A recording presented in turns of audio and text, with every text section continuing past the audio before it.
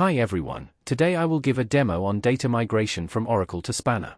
In QMigrator, open the Data Migration module and navigate to the configuration screen. Here we have to select Create Configuration. For operation, choose Initial Data Load. Then, in Source Connection, select Oracle, Source Schema, AA Sales, Tables, AHC Patient, and Data Load Type, Database. For Target Connection, select Target Spanner, and the target schema will again be AA Sales. You can give any configuration name for future reference. Once all this is done, click on Check Details.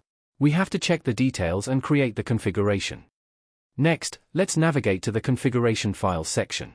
Here, select the source and target connections to view the configuration file. We can now proceed to the Execution section.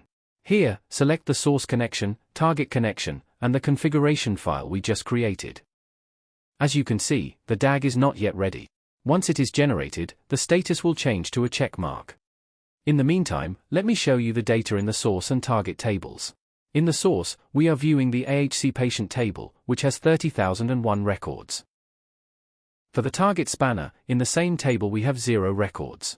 So now, we have to wait for the DAG to be initialized.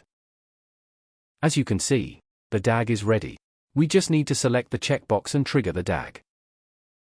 After triggering the DAG, wait for the data to load into the target table. Once the data is loaded, you can check the report in the validation screen.